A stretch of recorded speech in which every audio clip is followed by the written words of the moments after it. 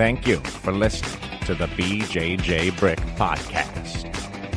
We'll be bringing you Brazilian Jiu-Jitsu and good times.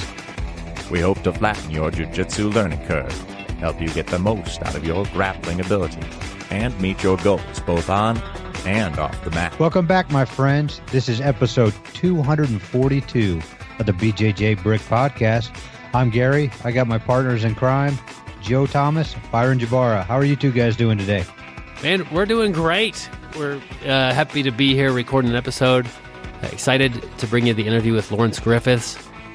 He runs the website BJJstrength.com, Black Belt under Roger Gracie. Man, we can't get much of a better qualified person as far as helping you off the mat, getting you strong and ready to stay on the mat longer and perform better while you're there. So really excited for this interview to bring you guys today. Great. Hey, guys, I'm doing good down here in Texas, but I'm more interested to know how you guys are doing after your first rehearsal today. The listeners might not know, but Gary and Byron are launching a musical career. If you listen to previous episode, Gary proved to be quite a rap star. Byron's got a little more country western leaning, so I think it's going to be a mashup. And you guys will be known as G Money and the Wichita Kid. How you guys doing today? Well, G Money's doing good. I don't know about the Wichita Kid. He's been riding his horse too long, and I think he's saddle sore. Yeah, it's G Money instead of Old Man Money and Wichita Kid because that just doesn't sell tickets. Yeah, definitely. And like we say, Byron's the Wichita Kid. And, if you've ever grappled with him on the mat, he would be like, hey, it's like rolling with a kid. Yeah, a lot of fun and good times. Like taking candy from a baby. But since I'm a rap star and I have my posse with me, nobody will be taking candy from Byron, because we roll deep. Another way to roll deep is to play some games while you're rolling. And I've got an audiobook called 6 Games for BJJ. They are designed to alter the way you play jiu-jitsu, kind of tinker with your own game, and help you find and develop parts of your game that are just like around the corner that you don't notice. And so these games, you'll be implementing them while you're actually rolling. And your training partners could know or they don't need to know. It doesn't really matter. And I think that this has been a great tool for me to develop my game and find some kind of surprise things that I didn't know were around. And that's really what these games are designed to do. There's 6 of them. The audiobook is about an hour long, a little bit longer. It's $5.99, and you can check it out in the show notes or go to the website, BjjBrick.com, and I'm sure you'll see a little yellowish book cover with some dice. Man, when I have to design my own book cover, it ends up being a picture of dice I took on my table with some font that is in the photo editing program. But the games that have really helped me a lot. I'm always looking for ways to improve my game. Yeah, so check it out. He's got another auto book on there as well, so check them both out and buy them for yourself or buy them for a friend. Guys, for a long time we've been doing taking a lesson that we learned off the mat and taking it on the mat. This week we're going to switch it up a little bit, and we're going to talk about something that we might learn on the mat and how we can take that out in real life. I think that's one of the values of jiu-jitsu, and most people see it. I was thinking the other day about being stuck in a bad position, for example, bottom side control, with a training partner who's got the ability to keep you there as long as he wants, transition them out if they want.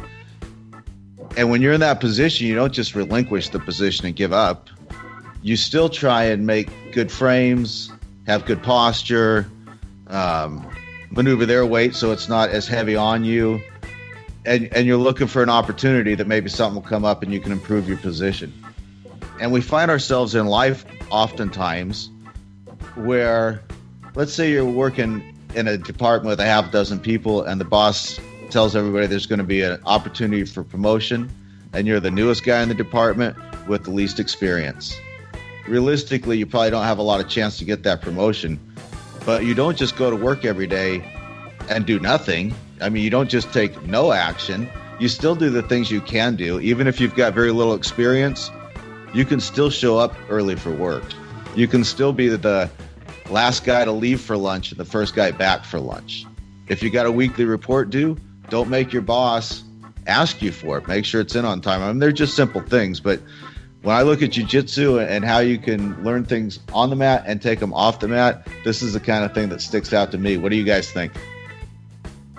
Joe, I think that's the best lesson we've had. And the reason I say it, it's not just a lesson for jiu-jitsu, it's a huge lesson for life. And, I'm thinking not just for your job, it also works great for school. You think about, your kids or some of us train that are, still in high school or college. Turn in your work on time. Be the first one to class. Stay after class. Ask the teacher questions. Like what you were saying. Be the team player on your team at work. Show up early. Stay late if you have to. Always be the one to volunteer if somebody's sick and you need somebody to stay an extra 30 minutes late. But those little things are going to make you indispensable. And that's kind of like what you want to do at the gym too. Like, I'm definitely not the best grappler by far. I'm slow. I'm old. I can't train hard. I look at what do I bring to the table, and what I try to bring to the table in the gym is I try to be that guy who's going to be there. I try to be the guy who's helping other people. I try to be somebody who's going to be on the mat all the time. And it's like every little thing you can do to set yourself apart and help others on your team get better, off the mat, on the mat, is just really going to put you ahead of everybody else. Man, that worked out really good, Gary. I like the way you did that. We started on the mat, took the lesson off the mat, and Gary brought it back on the mat. That's what I call coming full circle.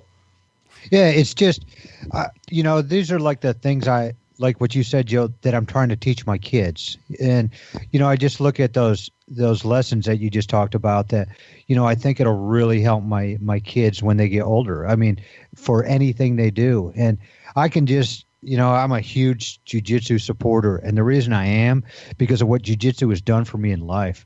Jiu-jitsu has taught me those lessons like Joe was talking about. I am better at work because of jiu-jitsu. I use the lessons I've learned on the mat, and I take them off the mat. I don't think there's anything tougher than I'm going to do off the mat that I have to do on the mat when Byron's, got side control on me, when Joe's on top of me smashing me.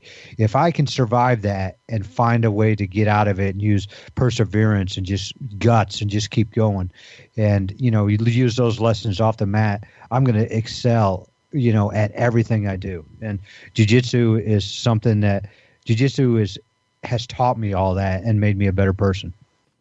I think about the person stuck in side control and it feels like you can't get out. And it may be a situation where you don't have the skills or physical ability to actually escape the person who has you in side control. Like, it's always nice to think, technique will win. If you don't have the technique and the person is stronger than you anyway, and they're playing the game where they won't let you out, you're kind of stuck. But what can you do? Can you make steps towards that goal? You may not reach the goal, but what would be the right thing to do from here? And start working on that. Same thing in life. Like you're saying, like a job promotion might come up and you're not ready for it. You might be handed, the hand of cards in life right now, and there's not a win. There's not even like a good outcome coming your way. But what can you do? What steps can I do to make this a little bit better? What is the correct thing to do? Is a loved one sick or something like that? I can't cure their disease, but what can we do to make this the best we can? And is it going to see this doctor? Or is it being a good spouse or family member or whatever? You do what you can do on the mat and off the mat. And when you're in a tough spot, it's very frustrating. But you don't give up, or when you do that, it's tapping out, and that's perfectly fine. But like in life, you have to work through those tough spots, and I think that jiu-jitsu does build that resiliency and that grit that we tend to rely on off the mat. The best compliment to me that I've ever received in jiu-jitsu has nothing to do with my technique, has nothing to do with a submission I threw out. When I got my blue belt, I was I don't think I was very good at all. But, somebody believed in me and gave me a blue belt. But I think I was awful at that time. And there was a bigger guy that Byron and I trained with who I don't think liked Byron and I. But, he got his blue belt the same day. And I remember him saying, and most people would say that what he said to me would basically mean, you're terrible. But I remember he just said, he's like, man, Gary, you've got a lot of heart. And I looked at it that, I just don't quit. And that was like the best compliment I ever had. Because when I started jiu-jitsu, I was terrible at it. I was awful. And I just remember just getting ragdolled and thrown around all the time. And, hey, speaking of ragdoll, that actually is a game, 6 games for BJJ. Definitely check that out. But, the one thing I always said is like, I am not going to quit this. I'm going to keep going. And when I see somebody really good, I'm always going to, if they don't have people to train with them, if somebody's afraid to train with that person, like sometimes when you're the good person, people don't want to train with you. I always went for that person. I don't care how many times I got tapped out. But that little compliment, even though what he was probably saying was, you're terrible. Because there was nothing was mentioned about skill in the whole 10-second conversation we had. But to me, that meant the world because that's something that you can bring to the table. Even when you're not the best person in the gym, you just show up and you're there. You're there for your teammates and not quitting. I'm just gonna plug away, and that is something that's big that's helped me off the mat. In my career is just just stepping up to the challenge and not quitting and just persevering and going through that brick wall. Gary, I thought of 2 tangents as you were talking about this. You often remind everybody that you've been training longer than me. You started a couple of months before me. 2 weeks before me. 2 weeks. 2 weeks. Yep. We got our blue belts the same. We got our blue belts the same day. Yeah, you always brag about getting your blue belt 2 weeks before me. Yeah, I didn't realize that. That's funny. The other tangent is you said that you didn't feel like you were very good. I was telling somebody the other day that every blue belt that I know is better than I was when I was a blue belt. All of them. They would all tap me out. Not that I didn't feel like I was a blue belt. It's just I think they're training in a room that has a lot more people. There's black belts, brown belts, purple belts, all this, and it's a good atmosphere. And Gary's guys have each other and Gary, and they're a lot more aggressive as far as my style and versus theirs as far as the willing to fire off techniques quickly. All of them are better than I was when I was a blue belt by a lot. Even the smaller ones, when we give a younger person a blue belt, when we give a smaller person a blue belt, they would all beat me pretty easily as far as being able to tap me out. So I was thinking about that the other day. Yeah. I would like to see, remember me and you had to roll against each other when we got our blue belt? I wish somebody would have videotaped that. And we could have watched it and we could have laughed at it today. I bet it was pretty awful. But Joe, that is a awesome off the mat or on the mat lesson. That that one really hit home to me. Yeah, appreciate your insight. That turned into a bit more conversation than I anticipated. But there's just no end to the amount of things you can learn on the mats that you can take home with you. Jiu-jitsu is special. I every time I start thinking about stuff like that, I just realize how much jiu-jitsu has done for me and my family. It's made me a better person. Another way to become a better person is to set goals. And we have a quote this week from Casey Roundtree. Goal Byron, set. Yeah. I want to stop you real quick. You got some of the best segues here. Episode 241, 242. Are you taking a class or anything, to better yourself? A segue class? Your segues are on point, buddy. Well, thank you, Gary, for noticing. It's just about timing. And with 3 of us on here and not really having an order to the things that we bring up, I think it makes the segues easier. But thanks for noticing, buddy. I was going to say your hair's looking great today, but I can't see you. But I know that's probably looking better than it did last week. So there's a compliment back at you. All 7 of them. But the quote this week is by Casey Roundtree, and it's about goals. Goal setting is a powerful tool and process for motivating you. When effective goals are set, a giant step towards the life you desire is taken. I think that it's so easy to just kind of meander through life and get up, go to work, go to jiu-jitsu, repeat. A weekend has showed up, a weekend is gone. You know what? The year is almost halfway over. Have you reached any goals you wanted this year so far? Did you have any goals? If you make a goal and you even just strive towards that, it could be to lose some weight or to, add this technique to your game, or, goal at work or goal in a relationship you have. If you just make it, you're making the step towards reaching it, opposed to not formally making that goal. The odds of it happening are pretty slim. Joe gave an example a couple weeks ago about navigating on a ship. If you set sail and don't have a destination, where are you going to go? That's what I think a lot of us are doing. We're just sailing around and don't have a destination without that goal, without that place that you want to end up. I think it makes life a little bit harder for you. Yeah, definitely. Do you think Christopher Columbus did not have a goal when he set sail in 1492? Okay, Gary. I got another quote for you. If you aim for nothing, you'll certainly hit it. I don't know who else said that, but I heard my mom say it countless times growing up. So you are correct. If you don't have any goals, you aren't going anywhere.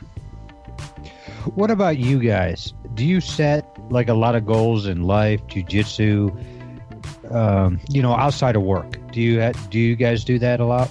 Yeah, I set too many, and that's my own fault. Yeah. What kind of goals do you set? I'm trying to write a book right now about taking care of yourself and finding sports that you enjoy. Like jiu-jitsu is definitely part of the backbone of that book. But I'm trying to actually write a book instead of doing an audio book. Super hard. I'm not that talented of a writer. My wife helps me edit it, but I'm not reaching the goal of output that I have wanted to do. That's one of them. I have some professional goals. I want to do some community goals here as far as with my neighborhood. Yeah, I set goals, but I often will tell my wife, hey, guess what else I want to do? And she'll say, what? And I just add another goal, and I can't do them all. I need to triage these goals better and pick ones that are important. Yeah, I think the biggest area that I would need to improve in is sort of mid to long-term goals. I do pretty well at setting short-term goals. You guys know I work 14 and 14 schedule, and when I'm at work, I have one lifestyle I live, and when I'm at home I have another, so my life is broken up into 14-day blocks. And usually when I go home, I set some goals, a few things around the house. I want to get this and this done. I sort of get together with my wife and look at our schedule, and then I say I want to train this day and that day, and I do pretty good with that stuff. But as far as thinking 6 months out, this is where I'd like to be, that's an area I need to improve. Yeah, I'm kind of with you Joe, and I don't think I set enough goals. Byron hit a point when he was just talking, do you wake up on Monday, go to work, and all of a sudden, the weekend's done, and sometimes I just wake up and I feel like it's Groundhog Day, everything over and over again. So I think that's something I'm going to work on is setting goals. And you made a good point, Joe, about, if you don't set goals, what are you going to achieve? And I think I just need, a little motivation and a little bit of, something to get me to start stepping that way. Yeah. So just the act of, what this quote is saying is the act of setting that goal is a step in that right direction. And I think with my problem, I set too many, and some of them have to be set on the sidelines. But I think a lot of people don't set any, or set enough, or set goals challenging enough. But think about it today. What where do you see yourself in 5 years or 10 years? And you would think about that, and you would be happy with what's going on. And then you could take a step back from that. And what would the step have been before that you reached that goal? And then think back from that and think what was the step before that. And you'll soon find what the next step in your goal is today, or for the week or for the month. And set some goals. You'll navigate a little bit better, and you'll accomplish more things. Here's something interesting that you might want to consider when setting goals. I heard a guy talking about putting in golf and how to practice and how to get better. And he said it's better to practice over and over at a distance you can make it, as opposed to overly challenging yourself. Because if you're missing 4 or 5 out of 10, then that's what you're getting used to. And if you shoot from a few feet closer to the hole, and you get used to making them, you get used to the sound of the ball dropping in the hole. And I think the same can be true with goals. If you're not careful, if you set unrealistic goals, then you become in the habit of not meeting your goals, and that can be pretty detrimental. Yeah, that's great. I think of the same thing. You could do it with jiu-jitsu. If the goal is unreasonable, or like the putting, the goal is I think they call it a hole instead of a goal. but to sink that putt, if it's too far away for you to actually learn from that, you're going to be struggling more, and you're more likely to break the solid technique that you need to use. Think of baseball. If you got a pitcher throwing 100-mile-an-hour fastballs at you, you're going to start doing things that are incorrect. You're going to be reaching for that ball. You're going to be, scared of the ball, or I don't know. I never had somebody throw a ball that fast towards me, but I know that I wouldn't swing correctly, and I wouldn't be able to perform, what the coach is telling me to do. If I'm trying to hit a 100-mile-an-hour baseball, I'm going to be coming unglued. And if you're rolling with somebody who doesn't give you an inch, and you're just desperately fighting for things, at some point your technique is going out the window largely, and you're just struggling. Same thing with your goals. If your goals are too far, too distant, and too much of a struggle, you might end up affecting other parts of your life, or having that struggle be worse. But that, I guess we've wrapped up the quote and also went on some tangents as well. But that's always a good quote. This leads us a few different places that we don't see coming. I'll tell you what's coming next is our interview with Laurence Griffiths. He is the most interesting grappler in the world. He is so good at getting hooks in that he won the 2012 Bassmaster Classic without using a rod or a reel. He washes his belt, yet somehow it retains all the knowledge he has gained. He attended a woman's-only seminar, and his only disguise was his charm. It took 2 hours for someone to notice his beard. I don't always listen to podcasts, but when I do, I prefer the BJJ Podcast.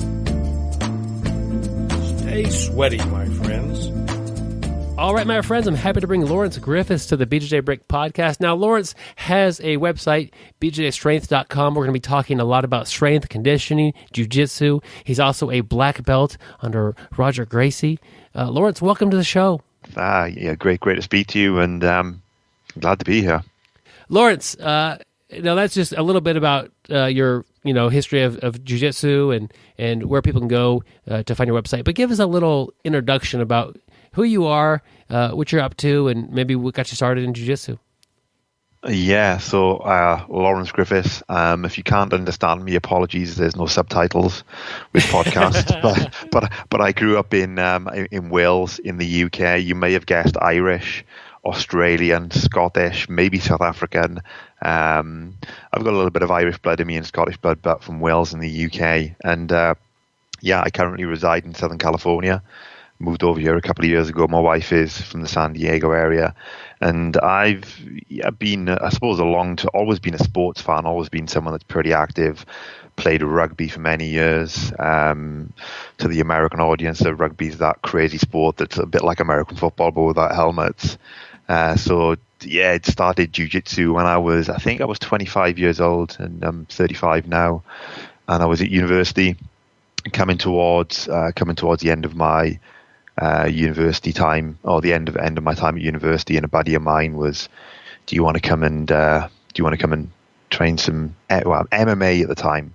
It was an MMA school that we went to, a place called Leicester Shoot Fighters. And, we'd been watching the UFC on TV, and it was about that time, at least in the UK, 2007, 2008, where MMA was becoming popular. And I was like, great, yeah, let's go and give that a go. Rugby's a pretty rough sport, so I thought, a bit of MMA would be good fun too. And then did 1 or 2 striking classes, and then did the grappling, is what we called it then. Didn't really know the term Brazilian Jiu-Jitsu as much, and I did 1 or 2 of those classes, and I said bye-bye to striking pretty much. In terms of most of my effort, and then haven't really looked back since. And that was in a city called Leicester in England, where I went to university, and then moved to London probably about 6 months after that, and played rugby for about 3 to 4 months when I first moved to London. It was the natural default, and a lot of my friends had moved there as well. And I went to went to the nearest jiu-jitsu school that was near my office where I was working, and it happened to be one of the Roger Gracie academies. I had no idea who he was at the time. Was and still is, and a guy called Cesar Lima, who's now a second-degree black belt under Roger, and just happened to walk into that academy, and I'd sent a message to the guy that ran the school I went to in Leicester, and said, who's this Roger guy? And he was like, yeah, he's pretty decent. So I kind of fell on my feet a little bit there, and yeah, I've always been a real active competitor. Done as much as I can in terms of getting out and doing a lot of competitions in the UK, traveling to the Europeans, and doing quite a few now here in the US. And it's just, I think, like everyone listening to this podcast, right, jiu-jitsu it's like an infection almost, right? It gets into you and you can't get rid of it, but it's a good infection, and it's an addiction. I love it. And for me, the whole kind of strength and conditioning side is that coming from rugby's far more an attribute-based sport. Like if you spoke to someone that did American football at a good level and they didn't do any strength and conditioning work, you'd be gobsmacked. It's a little bit similar in that respect. So I just naturally thought, well, how can I apply what I know from that sport into Brazilian Jiu-Jitsu? And I think obviously the learning, I've done a bit more formal education around it, and what the stuff that I do is very, very different. But that's kind of, I suppose, that's me and how I got into it. And I suppose one thing I'd add, I was making some notes as we were just starting off or chatting before we were recording. I'm a big proponent of strength and conditioning, or supplemental physical conditioning outside jiu-jitsu, but I'm never a proponent of using strength over good technique. And I think I don't think people maybe mistake that with me, and I've always been very conscious. I'm like 6'3" and 210 pounds. I fight in the super heavyweight category, and right from the start, from jiu-jitsu for me was like I didn't want to be that big guy. I didn't want to be that big guy that comes in and relies on strength. So, I talk about using strength and conditioning, but I also, when I'm actually teaching jiu-jitsu classes, it's very much technique always over strength. So yeah, that's a bit of a long-winded intro, but that's me and some of my philosophy, I suppose. Yeah, Laurence, trying to get to know you a little bit better. Can you think of a time when you decided to become an authority figure on strength and conditioning? Maybe your conditioning or something like failed you and you were motivated, or maybe you saw it make a difference in somebody else you were helping. Yeah, I do. It's a great question. My first ever jiu-jitsu competition, and I was a white belt. I'd been a white belt for, I think, 3 or 4 months, maybe a little longer.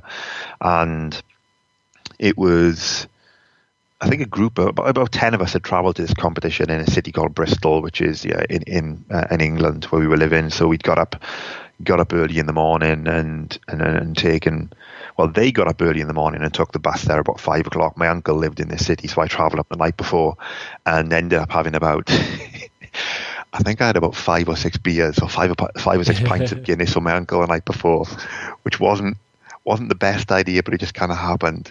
So I turned up maybe not in the best shape for this jiu-jitsu tournament, and it was I was fighting at super heavyweight, and I had 3 fights. And super heavyweight, 3 fights, at least in the UK at that time, was a lot of fights for a white belt competition. And the one thing that I managed to take gold and was, brilliant. Okay, you're really happy and you're ecstatic. And I remember my coach Caesar running onto the mat and picking me up, and all that was really cool. But the thing that stuck with me the most was my grips and my forearms. They were dead. I just remember, I'm looking at my hands now, and my hands were like claws. I could barely straighten my fingers out, and I'm pretty sure that everyone that's competed in jiu-jitsu or even just trained jiu-jitsu has experienced that at some point. And for me, something just kind of went off in my head. Was like, I need to train my grips. I don't want to feel like that ever again, where almost you can't even, you move my hands. And that was, I think that's what kicked me off in thinking, okay, I need to adjust the strength and conditioning that I have been doing based on my rugby background, and think about, okay, really what's specific to jiu-jitsu. And it was really simple at the time. All I did was hang off a pull-up bar. And in fact, it's something I still do with different variations. But that feeling of my arms just almost feeling like they're going to fall off my body was horrible. And I thought, I've got to do something to fix this. So yeah, I think that's what really triggered it for me. Yeah, that's interesting, and I think anybody who's competed, especially those first few, that's a common thing to experience, is just your forearms are on fire, especially when the match is over and you have another match coming up. It's like, man, I can't even feel my hands. I can't even move them. Like, it's just, I think people are squeezing super hard when they don't need to the entire match. I don't know anything other than that. I want to ask you, there's a little bit of hesitation sometimes people have with jiu-jitsu and strength, just because they kind of sometimes will butt heads, and people get frustrated with people that are using too much strength on the mat, and they're getting muscled around, and they, I don't know, it can be frustrating for people who are training to experience that, and like, well, he's not that good, he's just so much stronger. But really, what can being a more athletic or having strength and conditioning on your side do for you to help you get better at BJJ? Yeah, so it's a couple of things to look at, and I think the first thing I would say to people is that we all love jiu-jitsu, right? I'm expecting if you're listening to this podcast, you love jiu-jitsu, and when you love something, you want to do it for as much as you can for as long as possible, and obviously training smart, etc. So just looking at just the general benefits of strength and conditioning is that I've got a list here, and I'll try and hopefully I remember them all, but it improves your bone density. It's going to improve lean muscle mass. It's going to boost your hormone production. All things that help you live healthier and live longer. Let's forget the jiu-jitsu side of things. There's even research that having higher grip strength actually means you're going to, it doesn't mean you're going to live longer, but some studies have shown that people with higher grip strength tend to live longer. That's, if you dive into it, it's probably to do with the kind of lifestyle you lead to get that grip strength that makes you live longer, not just the grip strength. So just aside from jiu-jitsu on its own, being in good shape and strength training in particular you're more likely to live a longer, healthier life. So that in itself is going to help keep you on the mats longer. And then when you look at stuff like all of the imbalances that you get from training jiu-jitsu, so we do a lot of gripping, as we just talked about, and then pulling our opponent towards us. So we tend to work all of the muscles on the inside of our arms. And then when people get stuff like tendonitis in the elbow is a very, very common one. A lot of tendonitis is to do with overworked muscles or muscles that are too weak, and the strain goes onto the tendons rather than the muscles. So good strength training can help you overcome some of those imbalances, and that's just one example. And so again, it's another thing that's going to help keep you on the mats for longer. And then in terms of injuries, right, and injury prevention, that strength training has got a really strong, correlation with prevention of injuries. So over and above just the wear and tear with stuff like tendonitis, the more kind of, you post out in a funny direction and something tweaks, the stronger you are and the stronger your joints are, the more likely you are to protect against that stuff. And then you can get into the whole kind of performance side of things. People tend to think that, strength and conditioning is, the example people say Marcelo Garcia doesn't strength train, he just rolled jiu-jitsu. But the question you got to ask yourself is, if he had done strength and conditioning, would he have been even better? And if I looked at some of the top athletes, or the top 10 male black belt athletes ranked in IBJJF, and just looking at their social media, 8 out of the 10 of them, you can see examples of them doing strength and conditioning. So if the best competitors are in the world are doing it, then it's probably gonna help with your performance in jiu-jitsu. And I don't think, if you do strength train the wrong way, you do the wrong kind of exercises, you've got a poor program, you don't do mobility work in addition to it to help keep yourself supple, then maybe it can impact your jiu-jitsu. But there's very few arguments that I've been convinced with why strength and conditioning would hurt your jiu-jitsu.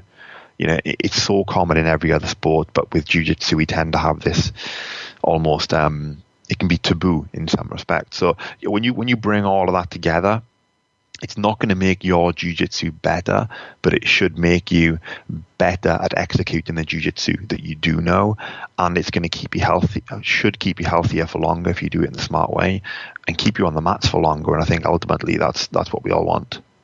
Yeah, that's exactly right. And you give that example, the classic example of Marcelo Garcia. He just trains. He trains a lot, and he's doing what he could do with that. Mm-hmm. My common thought is, I can't train that much for several reasons. We don't have that many opportunities to train. I'm often could go. I'm at work for a lot of times, and I'm not able to get to the mats. So 4 times a week is about as great of a week as I could produce. But there's other days in that week that I'm not able to train. But I don't need the class to be meeting together to do strength and conditioning training. I could do that anytime. I could get up earlier. I could stay up a little bit later. I could, have a shorter lunch time. Or, you could just make it happen a lot easier as well. And if I was able to train anytime I wanted to jiu-jitsu-wise, that's a lot. That's really cool. But I'm not in that environment. And so I do have time that I could work out or I could not work out, but I can't do jiu-jitsu at certain times. Like right now, there's no jiu-jitsu in this whole city I'm in right now. At this time, I'm on the phone with you. So I'm not missing that opportunity, but I could be doing some more exercise if I wanted to be. And so I just like that time freedom and the fact that you don't have to have a group of 2 or 3 or 10 or 30 people there to help train with you. You can just go train. And I think those are big things that are often overlooked as far as like reality. I can't train anytime I want, but I can't train jiu-jitsu anytime I want, but I can make any time work on my schedule to go get in a little bit better shape. Yeah, and you've got if you're training jiu-jitsu twice a day, 5 times a week, and you're a full-time jiu-jitsu athlete, that's great. But that's such a small percentage of people. It's got to be 90, 97, 98% of people are like you and I, right? You've got other commitments. You're hitting the mats whenever you can, but you're not full time. And I think you've hit the nail on the head, right? It's very easy to supplement the time that you're not able to make it on the mat. And I forget who the guest's name was, but the guy that talks about BJJ for people over 40. I was listening to that show, and when you were interviewing him, he had a really good point where as you get better at jiu-jitsu, you should be using less force and less effort. And particularly if you're in a school where, you're one of the highest belts there and you're rolling with a lot of white, blue and purple belts, don't get me wrong, right? They can be extremely tough, but over time, the amount of force that you use becomes less and less. So some people will also use the argument that jiu-jitsu makes you stronger. It will to a point, but unless you can continue to increase the resistance and increase the force, it's not going to make you stronger, right? And if actually you become more efficient at jiu-jitsu, you use less force, actually the strength benefits you're going to get over time are going to reduce. So it becomes even more important to add it in. And to use an example, we've got a guy that trains with us, a guy called John Davis, and I want to say he's 50. He might hit me for saying that, but I'm pretty sure he's 50. He's 50 now, and he's a purple belt. And I believe got into jiu-jitsu only in the last 4 or 5 years. I need to check, right? So a lot later than a lot of people. But he's been a strength and conditioning coach for quite some time. Big proponent of kettlebells, and is in great shape, right? He put a lot of 21-year-olds to shame, and he's 50, and I outweigh him by a good, I think, 20 or 30 pounds.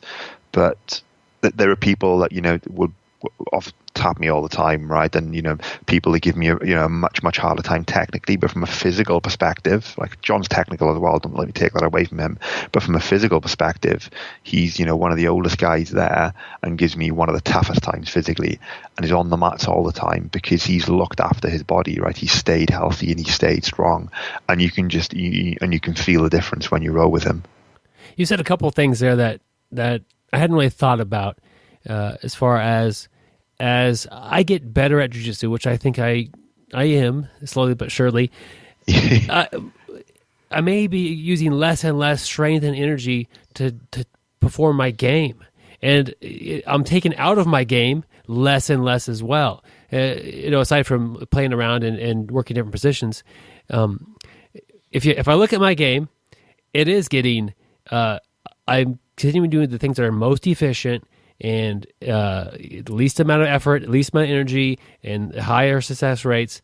And that is making, I probably could continue to do this and have slightly better results as the years go by, but I wouldn't be as, physically, I think I would somehow decline a bit because my game is becoming more efficient. So if I could make my,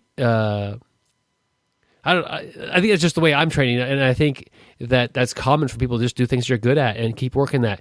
But long term, I don't want to lose the ability to turn it up or to work far outside my game and not get super tired.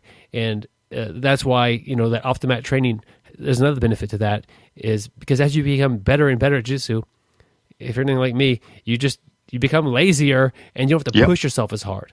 And it's good to be able to have that ability, because I know for sure there are some rolls in 5 minutes I get really tired, and sometimes I could roll for 30 minutes and not get pushed that hard.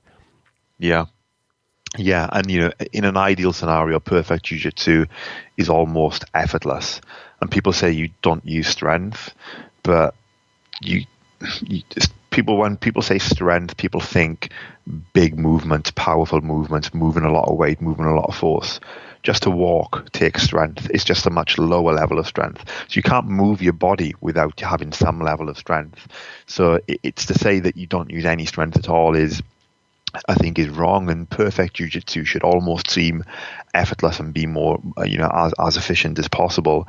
But just thinking of, you still get into some, pretty difficult positions. Maybe, you someone goes to sweep you and you base your arm out to stop a sweep, or a leg, and it's a bit of a funny angle.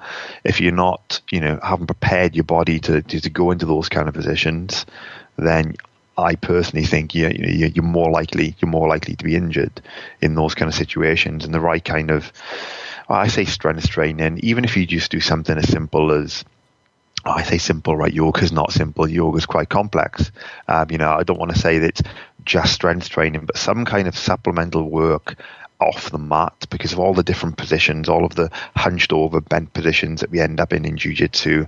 People talk about good posture, but often you've got to really hunch down, right, to stop yourself being choked out, or whatever the case may be. And something just to kind of rebalance the body. Or let's say that you fight on, I know my preference when I'm fighting mostly, in most guard positions, is my right hip is down and my left hip is up.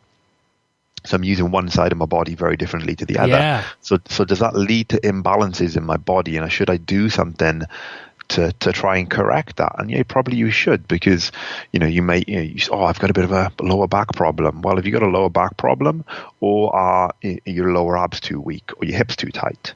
So just simple stuff to help rebalance, and ultimately it's all about complementing your jiu-jitsu and making you feel healthier so you can enjoy jiu-jitsu more. Yeah, the healthier thing is a big thing for staying on the mat and having that consistency. I remember I was reading a book, and it was about brain trauma and concussions. And one of the bigger factors as far as whether you got a concussion or not, for getting hit this hard, was the size of your neck. The bigger, the stronger your neck, the less likely your brain was going to actually take damage. And really? And I think that's a good example for your whole body. I mean, it could go too far one way or the other, but if you're fairly athletic and you have muscle in your body or your neck, it helps protect you from things. And I think that's as you were saying that, it was kind of me thinking like, yeah, that's an example of actually helping your brain by the size of your neck. And they were looking at, I don't know if they were looking at rugby players or American football players or whatever, boxing. The bigger your neck, the less your brain gets rattled around. That's interesting. Basically, I don't remember. I need to find out the name of that book, but basically most sports are not safe, and he was recommending table tennis as a safe sport. But you also mentioned in the discussion, I'm taking notes here as we're going, as Marcelo Garcia, we were talking about that, he's just rolling. It made me think about, who's he rolling with? He's got Bernardo Faria there and a bunch of amazing athletes. But if he goes and does off the mat training, which he's the black sheep in that, he's the one that doesn't do that. But look at your world champions. When they go train, they are training with the best of the best. They've got those teammates there. Not anything against my teammates. Most of them are not at that caliber. That's being nice. If I go to the gym or I do something at home that's a fitness routine, or a bench or a pull-up bar or a kettlebell, whatever, I could do the same thing they're doing if I know how, and get basically the same results.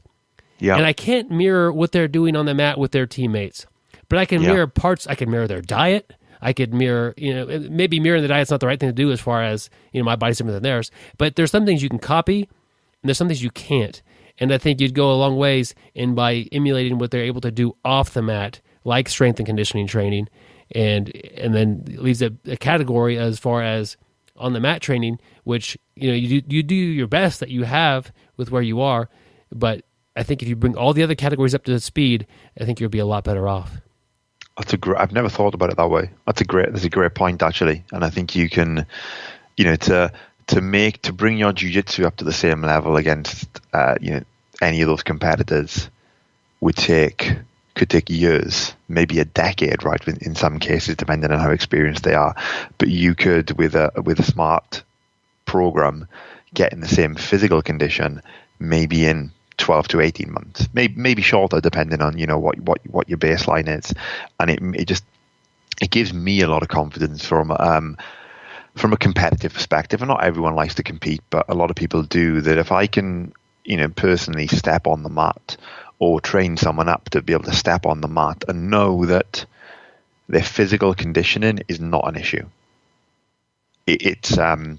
I think it's a real confidence boost, and then it's just down to the jiu-jitsu.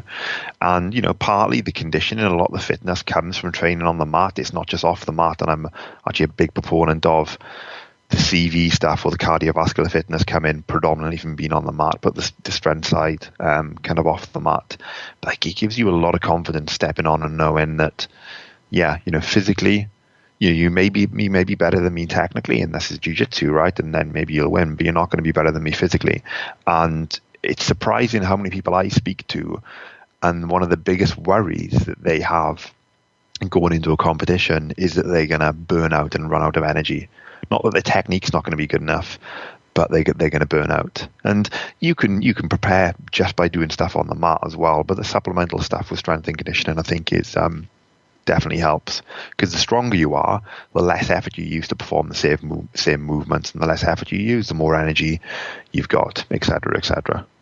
Yeah, and the fear of burning out is definitely there for competitors, but something that helps, I think, people kind of overcome that fear is you're not typically accumulating damage like you would be in MMA. So if you're a lot bigger and stronger than me, but if we're going to put on the gloves and do MMA, I'm going to quickly not be able to walk the same, and I'll be like, I'm going to accumulate damage. Not that I'm tired. My body is hurting now.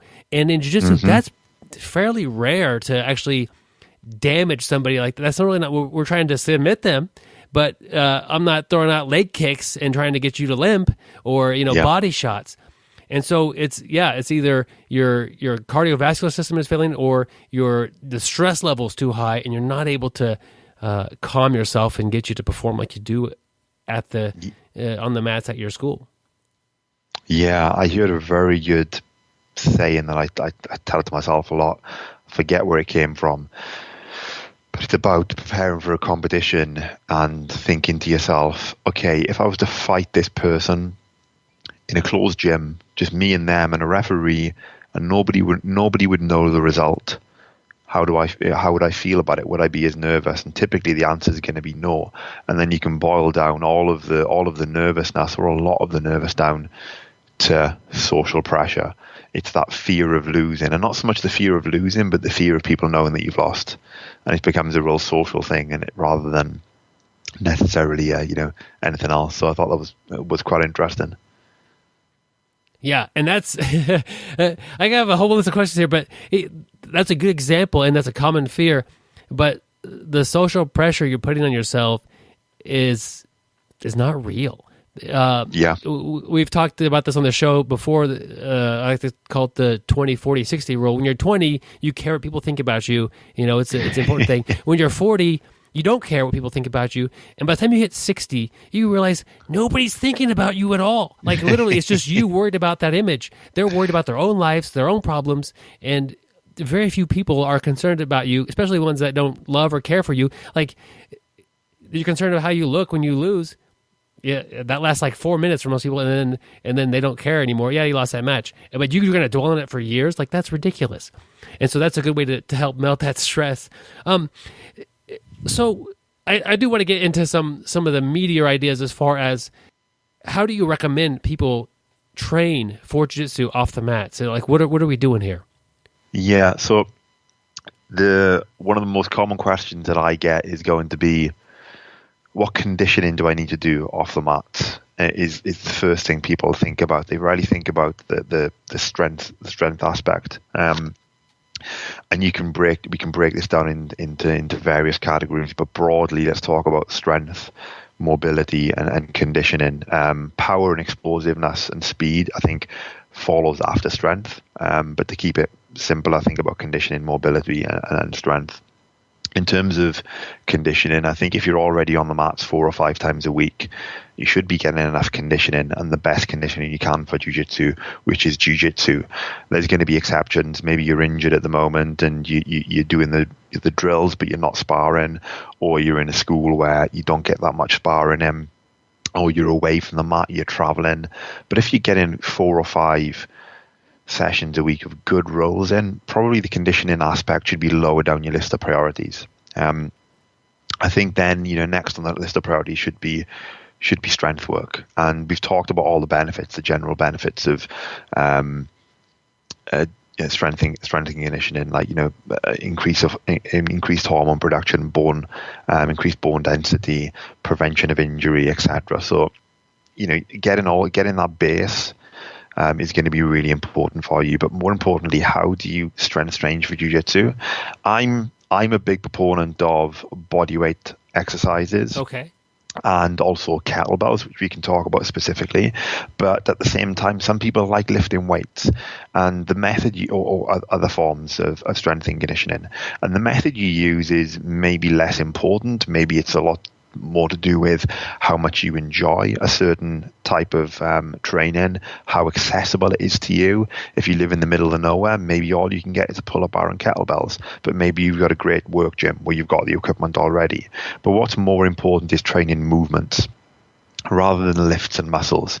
So everyone will say to you, well, yeah, you just got to do the squat, deadlift, and bench press. Now, those 3 exercises on their own are fantastic exercises, and that just as a program is going to serve you well and serve you well for many years. But it's more important to think about the movements, and there are, in my mind, I forget the number of them, but I think it's 6 or 7 core movements that we are performing in jiu-jitsu that you need to train. So think about stuff like the leg drive. So a squat is a leg drive motion. So let's say you're moving around your opponent trying to pass the guard on your feet, or you're driving off your legs as you're trying to put pressure into someone when you're passing. It's a leg drive motion. Then you've got the hip drive motion, where let's say you're sprawling or you're putting pressure into someone when you're on top.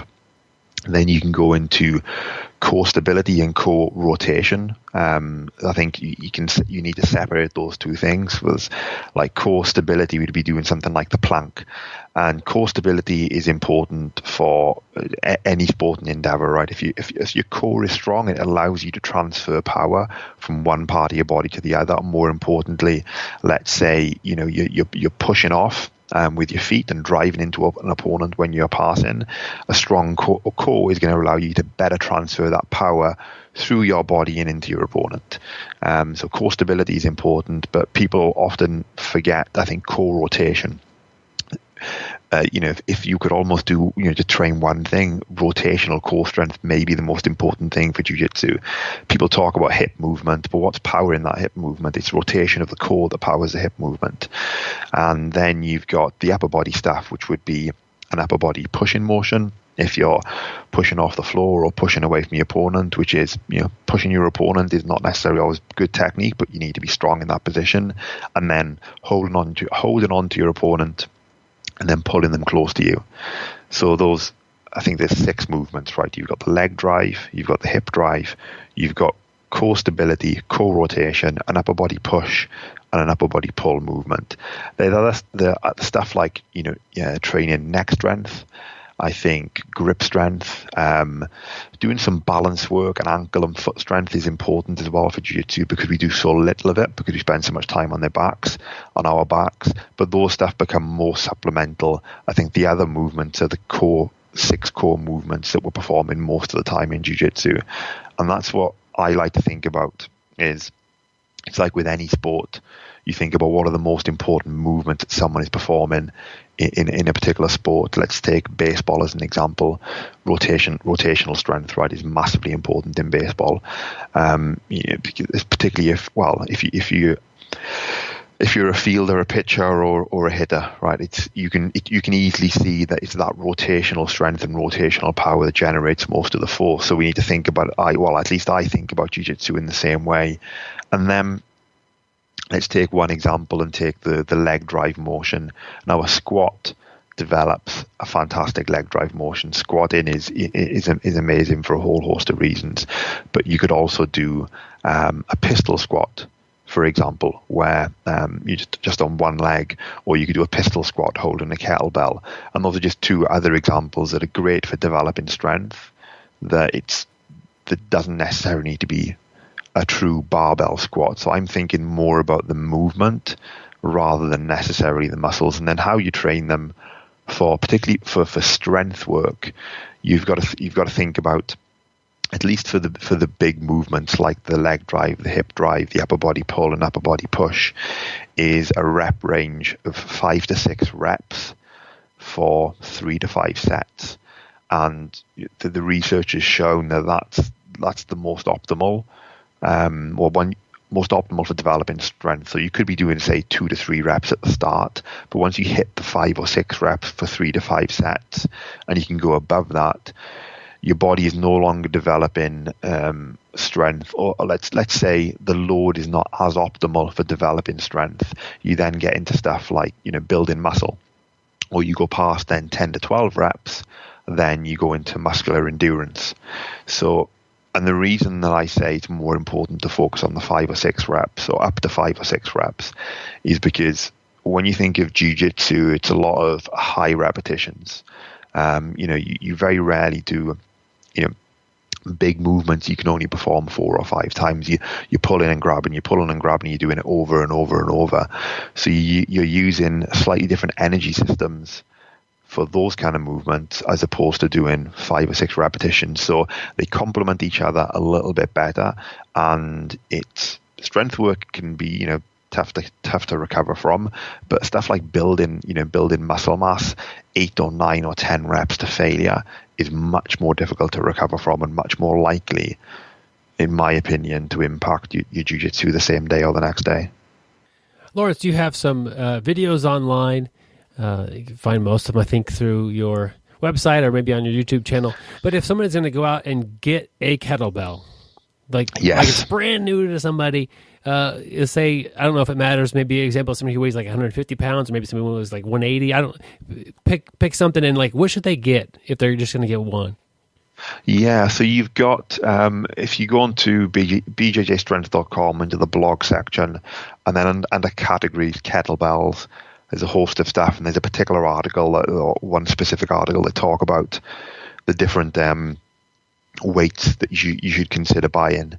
And the rule of thumb, and that doesn't come from me, it comes from a guy called Pavel Tsatsouline, who's like pretty much the godfather of kettlebells, a Russian guy, but the godfather of kettlebells in America.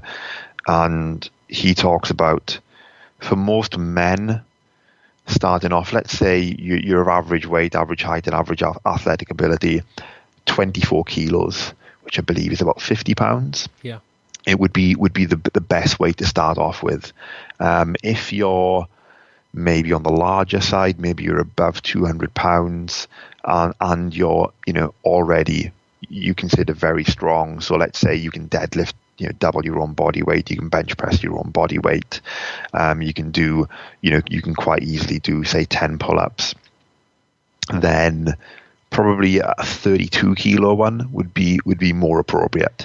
Then if you're female, take off probably 8 kilos on each of those. So it would be, for a female of average athletic ability, average size, probably 16 kilos is a good one to start with. And if you're above average size and above average strength, then maybe 32 kilos. I'd rarely recommend anyone, unless they're very small and very weak, to go lower than those weights, because I think you'll progress through it very quickly. And there's always some exercises that you can do, even when the kettlebell seems heavy, to build up that strength relatively quickly, and then allow yourself to get into the more complex, most complex exercises. And I think in terms of exercises, let's just keep it simple. Let's imagine that you've only got a very limited amount of time to strength train. Kettlebell swings, starting off with 2 hands and then gradually building up to doing stuff with 1 hand, and Turkish get-ups. Those are 2 exercises that you're going to work pretty much every single muscle in your body, and it will give you the biggest bang for your buck. If you had to do just one, I would probably say the Turkish get-up, because it's a great exercise for, maybe not as good for something like the hip drive, which is important in jiu-jitsu, but in a way it forces you to use your body as one entire unit, and gives you that kind of, I don't know how you describe this strength, but it's almost like your body feels wired together. Everything feels tight and like it's working as it should be. It's gonna give you so much impact for one simple exercise. Yeah, and you mentioned basically the 2 that exercise I'm most familiar with, the Turkish get up and a basic kettlebell swing.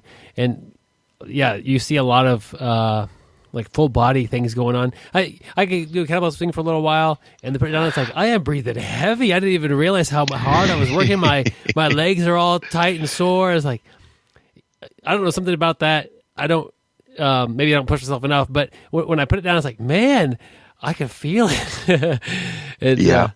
Tough exercise. Yeah, it's really good, and it doesn't take a real long time to get really good effects from that. Yeah, and you talked about full body type I think you mentioned full body type workouts, and you see a lot of those programs, and where you're doing, high repetitions and you're doing loads of exercises back to back. And I've got 1 or 2 videos like that on my website as well. But I think, that kind of stuff it's great. You're then coming out of the rep range of that's most optimal for developing strength. It's not to say that it's not going to make your body stronger by doing those high rep ranges and doing back-to-back sets and doing those circuits, but I think it can be a little bit harder to recover from that kind of workout, and you may feel it a lot more the next day. If you're only doing jiu-jitsu 2 or 3 times a week, then those circuits are fantastic to keep your conditioning up. But if you're already doing a lot of jiu-jitsu, just consider that those kind of workouts maybe it's a little bit more energy intensive, and you may feel it a little more when you're on the mats the next day. You feel it, so you're recommending the kind of an off schedule as far as mixing your on the mat days with the off the mat days, or how do you blend that? It kind of depends on a person's schedule, really. I think I'm a big proponent of exercising, 5 days a week, and having 2 rest days thrown in there. Because particularly the older you get, the harder it is to recover. And those rest days could be maybe you've got a rest day on a Wednesday and a rest day on a Sunday. Depends how you want to throw it in. Okay. But I think I'm a big proponent of doing that. So let's say you train Monday, Wednesday, Friday, jiu-jitsu, then Tuesday and Thursday would be great days to throw in the strength and conditioning work. If you're doing jiu-jitsu 4 or 5 times a week, then you're probably going to need to double up on some of those days. And I would say it's better to double up on some days than it would be, let's say, do 5 days of jiu-jitsu and then 2 separate days of strength and conditioning, because you're working 7 days a week. One of the things that you'll want to consider is that try to have at least 4 hours between your strength and conditioning and your jiu-jitsu, or whichever one is first, because at least the research says that high intensity exercise will spike your cortisol levels, and it will take about 4 hours for those to come back down to normal. So the more stressed that your body is going to be, then the more likely you are to run into stuff like overtraining, where you start feeling, run down, you feel stressed, you feel a bit depressed, maybe you can't sleep because you're just overtaxing the central nervous system. So try and have at least 4 hours. But then there's times when, I've done this and I know people that do this. It's not ideal, but if all you can do is there's a pull-up bar at my gym, and I can get in, twice a week, I can just do 10 minutes of pull-ups. Not continuous, but whatever, maybe in sets. 10 minutes would be a long time, and that's all you can do. Then it's not ideal, but it's better than not doing it at all. So, I like to talk about in ideal scenarios, but I remember, for a lot of the time when I was in London, where I would be, my job was, based in an office as opposed to working from home. So it's a lot harder to get to training. So you've got to commute into the city, get to your job, commute to training, and someone throws, a call in your diary at 5:30, and you've got to take that call, and you're on the phone then till say 6:30, and training starts at 6.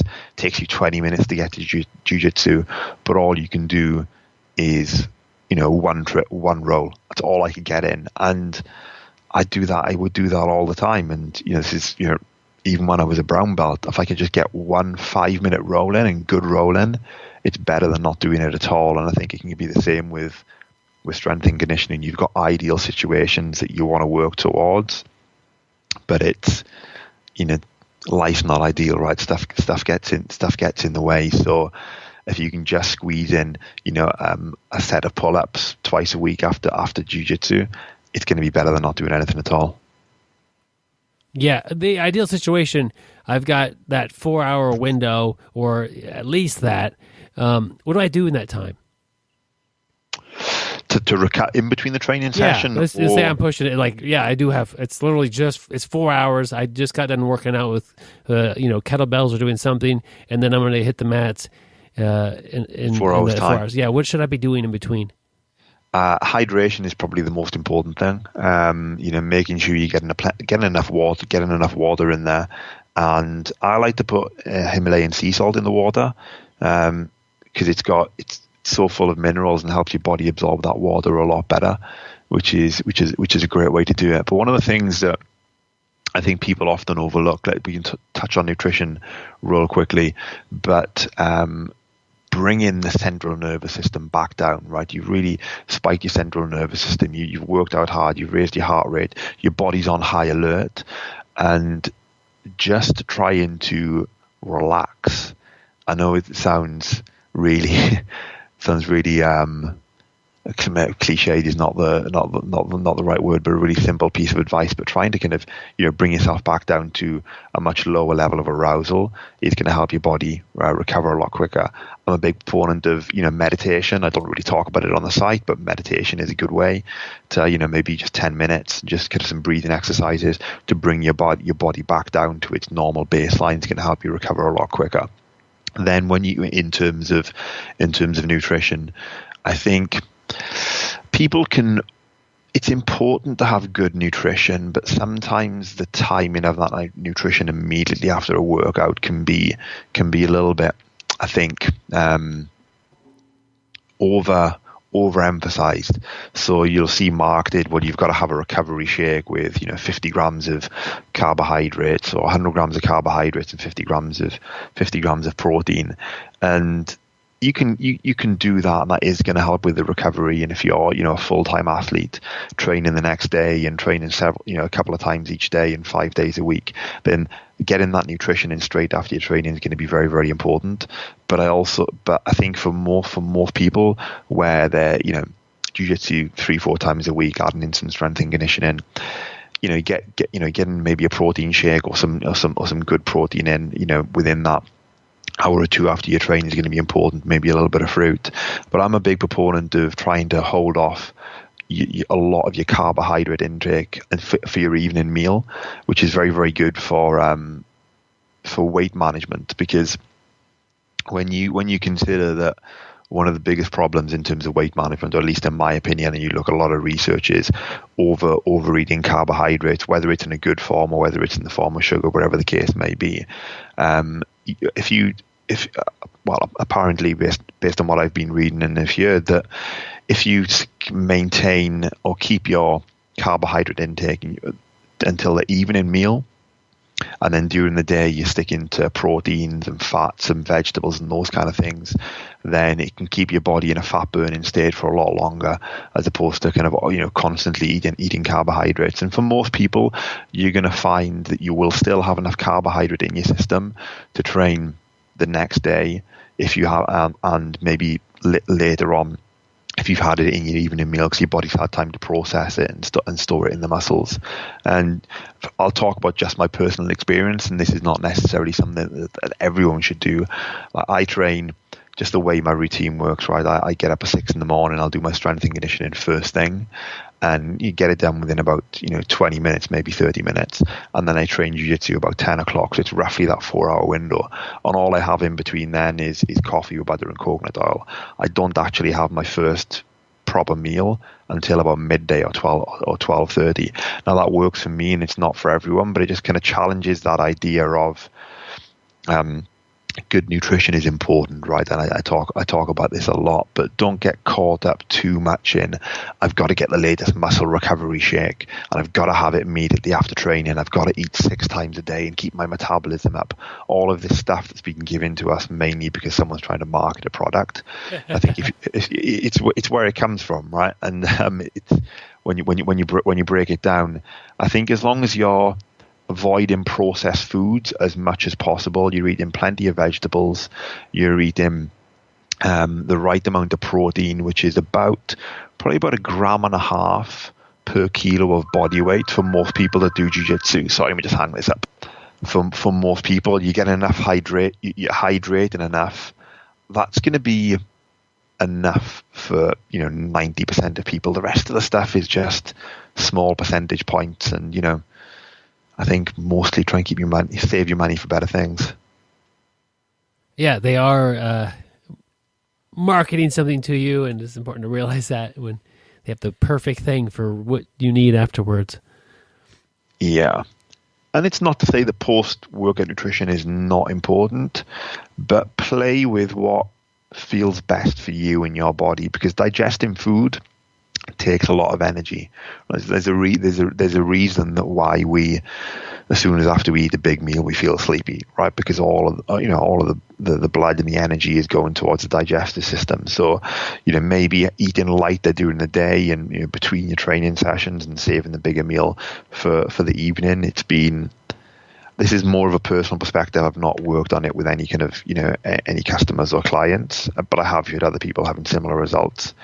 Just play with what you think works for you, and kind of really monitor your body and monitor what's going on. And at the end of the day, I think you're can be the best judge of what feels good for you, and go, okay, 1 week I'm going to cut this thing out and see how I feel, and then maybe next week add something back in, like fruit, for example. Okay, fruit is great, but there's a lot of sugar in many fruits.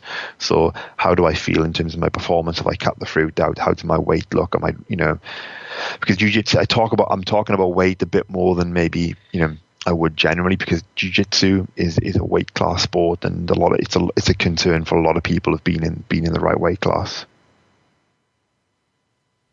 That was a bit rambling, I think. No, but that was hopefully there's some good stuff there. Absolutely.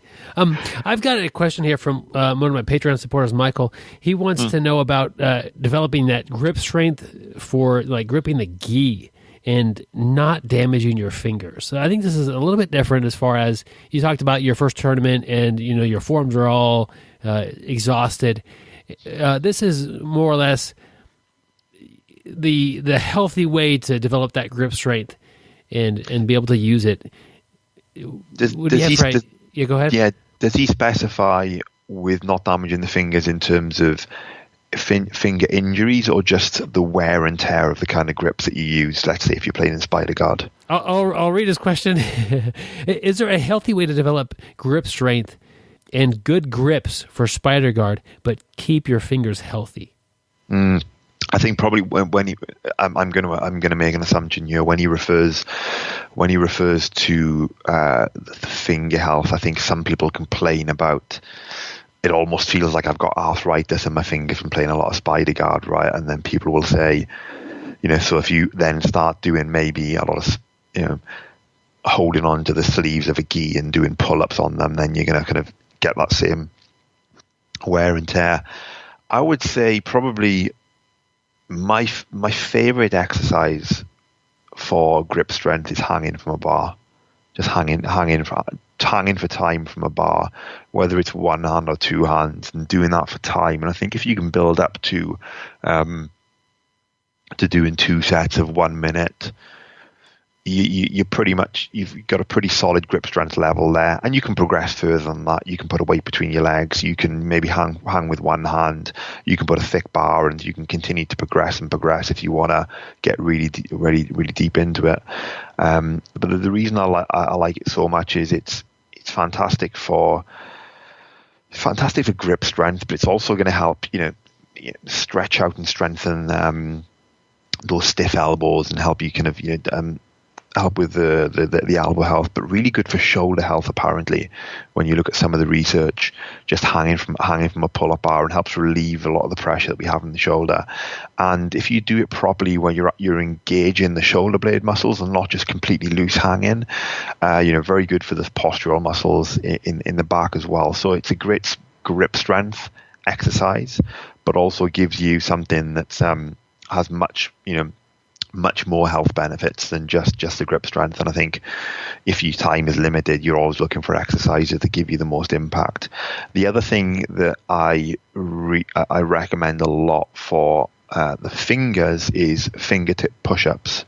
So imagine you're in a push-up position, but only your fingertips and the tips of your thumbs are actually on the floor. Your palm is completely off the floor, almost like you're palming a basketball, but the basketball is not there. You're just kind of hitting the floor, and you can start off doing this on your knees, and then gradually build up to being able to do it with a full press up. For that kind of exercise is maybe more into the 10 rep range rather than just the 5 reps, because the same kind of principles don't always apply for those smaller parts of your body in terms of the 5 or 6 rep range.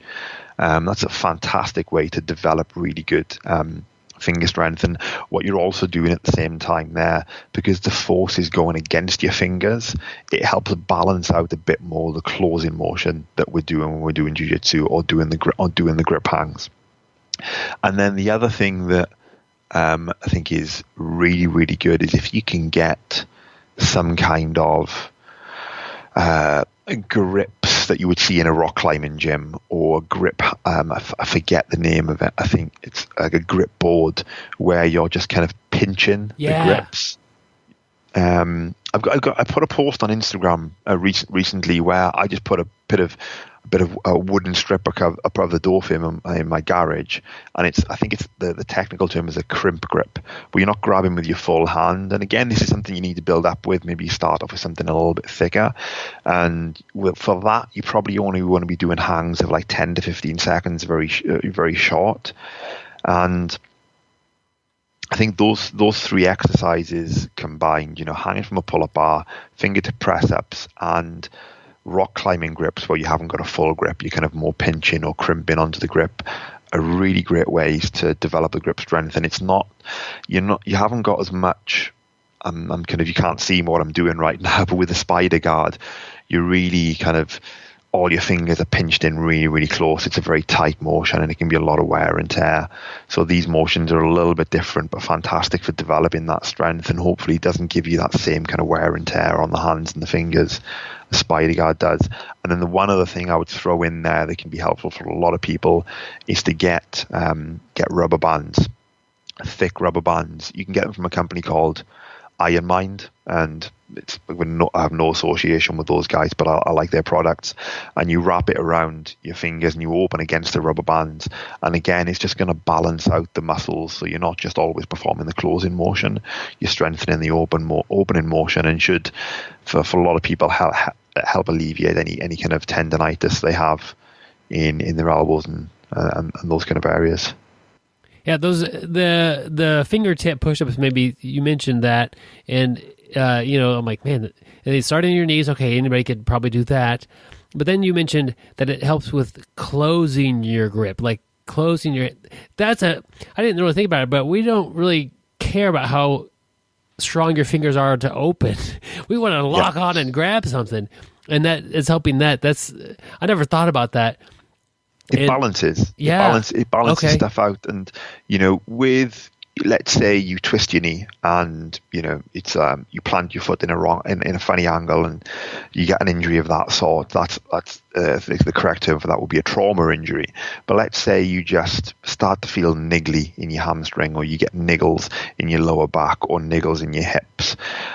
Most of those injuries come from imbalances, where one area is much stronger and tighter than the other area.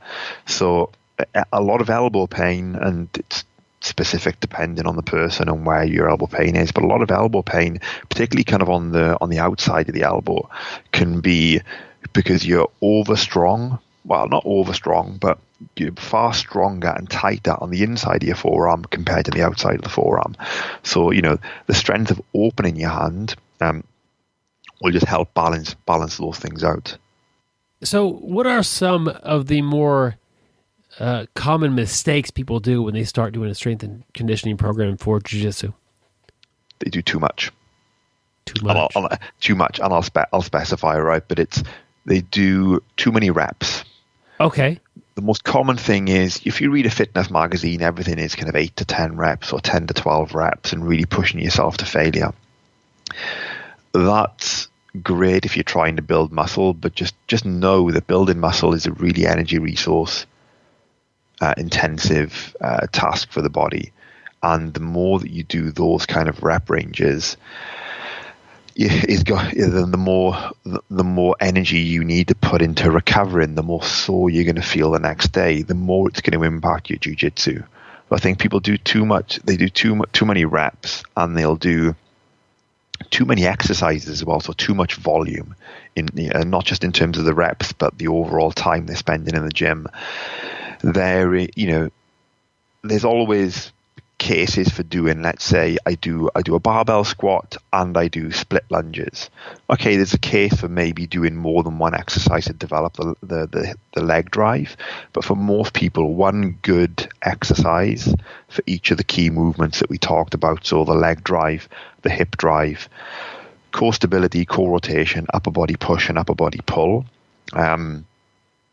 one good exercise, 3 to 5 sets is going to be enough for most people. So you've got too many reps, too much volume, and the other mistake that I think people make the most of is too much high intensity training. So when I talk about high intensity training, technically that's interval training where you work flat out for 20 seconds, rest for 10 seconds, flat out for 20 seconds, rest for 10 seconds. So that's the hard and fast, or what most people think about in terms of high intensity training. But it could just be doing pull-ups to failure, as many kettlebell swings as you can, doing a lot of kind of circuit training, hill sprints followed by tire flips, followed by hitting a tire with a sledgehammer. And all of that training is good training, and it has its place. But when you're taxing your body and taxing your nervous system to its peak all of the time, you're far more likely to burn out, far more likely to run into overtraining and to get injured. And at least in most of the jiu-jitsu schools I've trained at, with the training can get pretty hard, and that's pretty high intensity as well. So if you're doing high intensity jiu-jitsu training, then high intensity conditioning, you're just pushing your body and pushing the same energy systems over and over. So try and think about what kind of balances out with your jiu-jitsu. So I think the three most common mistakes would be the rep range is too high. They're doing the too much volume and too many in terms of too many exercises, and they're doing too much high intensity training. If they're not productive, you're working harder than you need to work, I think. Yeah, and I would say that it's not that those things don't have their place. Maybe you want to get in peak condition before a competition, so you reduce the volume of your training, but you do shorter sessions that are higher intensity. Then if you're really thinking about this, really scientifically leading up to a competition, then yeah, absolutely, those have their place. So if you're listening and saying, but I do high intensity training and it works for me, well, great if it works for you, but I'm not knocking that as a training methodology. I think you just got to know how it fits into your overall training or your overall training routine. And I don't think it's something that most people should be doing all of the time. I think you just end up burning out. Okay, good to know. So you've got the website is bjjstrength.com. What do we find when we go there? You've got some lovely pictures of me with my beard, maybe some without my beard now. I feel a bit like Samson with my beard gone. But yeah, there's a free course up there I call Breathing for BJJ that I put together because I was speaking to a lot of people on the website, and one of the biggest things that people have a problem with is just breathing on the mat or getting out of breath on the mat. And I think first and foremost, let's look at what breathing patterns you're using, rather than just blaming your fitness, because quite often people are fit but they hold their breath too much or they don't breathe effectively. And I think breathing patterns are really important, and people talk about it, but I wanted to put together this free course that people could use to give them actual examples and exercises of how they can train it. There's a ton of stuff for a ton of blog content in terms of a lot of the stuff that I've touched on today in terms of the concepts and the principles behind strength and conditioning. Most of it is all written out there on the blog that people can kind of work through and help to plan their own training routine.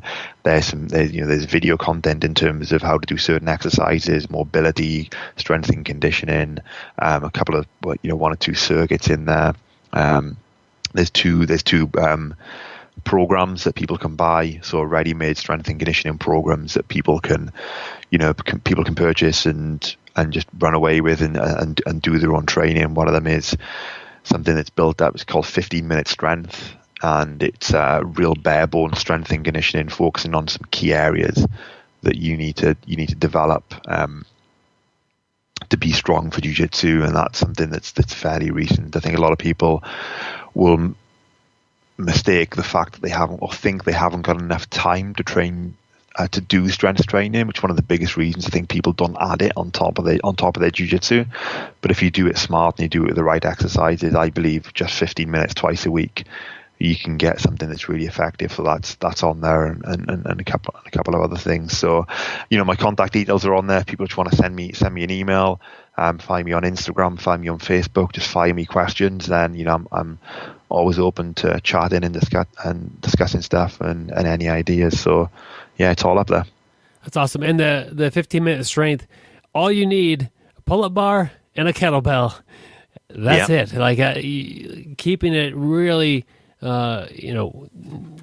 simple as far as equipment goes. You have those two things and you're good to go, and you've got that on there. Where can we find you on social media? So Instagram, it's at BJJ Strength, and Facebook is BJJ S and C. So it's BJJ Strength and Conditioning is what it means. I'm on Twitter as well. I think it's at BJJ_strength, but I rarely use Twitter. But if people want to go on there, great. Instagram and Facebook are going to be the main ones, and cool. It's all linked on BJJstrength.com. Yep, I'll put links to the website, and I'll throw links to the social media as well to be able to keep up with you. Laurence, it's been a pleasure. Do you have any final thoughts or words for the audience? Just enjoy jiu-jitsu, guys. Make the most of it, I think, is what I would say. Hopefully people have enjoyed it and picked up some valuable stuff. Get in touch if you can. Thank you for having me on the show. I really like what you guys are doing, and it's been great speaking with you. Well, thanks so much. And just a little endorsement for strength and conditioning training. Picture yourself whenever you're going to train next.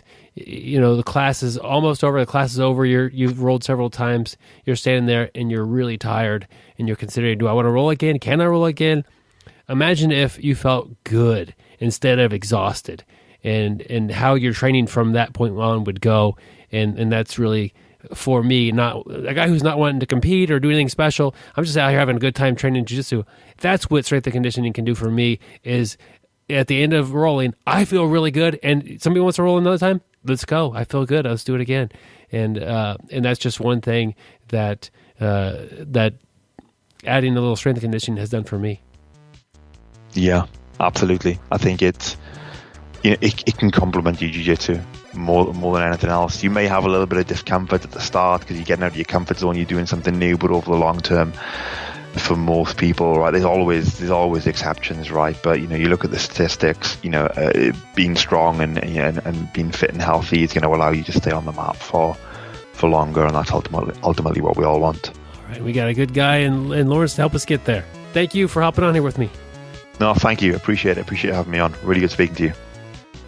I want to thank Laurence for jumping on the show with me today and sharing some of his knowledge about training jiu-jitsu, getting stronger, staying on the mat longer, and having that great performance while you're there. Check him out on social media. Check out his website. We'll put links to all that in the show notes. And if you think you know a friend that would enjoy this particular interview, share the episode with that person. You could just send them a link to the website or tell them in class. Episode 242 with Laurence Griffiths was outstanding. And we appreciate that. Anytime you share the podcast with somebody, it's always an honor for us to hear that coming back from you guys. Yeah, definitely check out his Facebook page, BJJ Strength. And I've went on there, and I can tell you here in just a short time, I have learned some stretches, some mobility stuff, and, this is going to help me a lot. Just, I haven't even went through everything, but the little bit I have, I've already learned stuff. And I know, especially like myself, older grappler who needs to, stay limber, flexible, strong. This person, his page is going to help me out a lot. And, so I'm going to definitely tap into his knowledge. That is awesome. Let's tap into some knowledge from somebody who has traveled the world doing jiu-jitsu. This is an article from the website YOLO BJJ. So you only live once, BrazilianJiu-Jitsu-blog.com.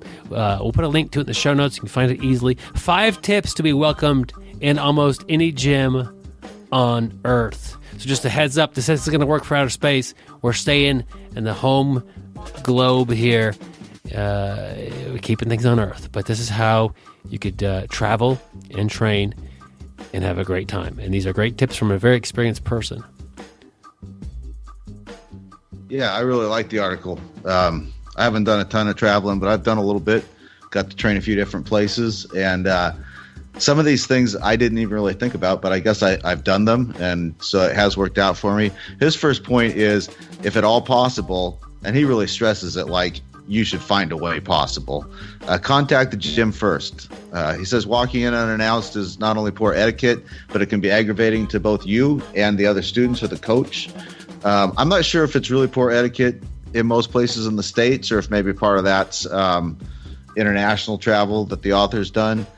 But certainly it's easier if you've talked to the school beforehand. You make sure that the class you're dropping in on is appropriate for your skill level. And so, yeah, I would agree with that it's best if you can to call first. Yeah, that one's to the point where if I'm traveling and I want to train, if I can't get a hold of a gym, I try another gym. And I won't go to that gym. I can't contact somebody. And most websites will have an email address or a phone number. Try them both. They're not responsive. I'm probably not going to go.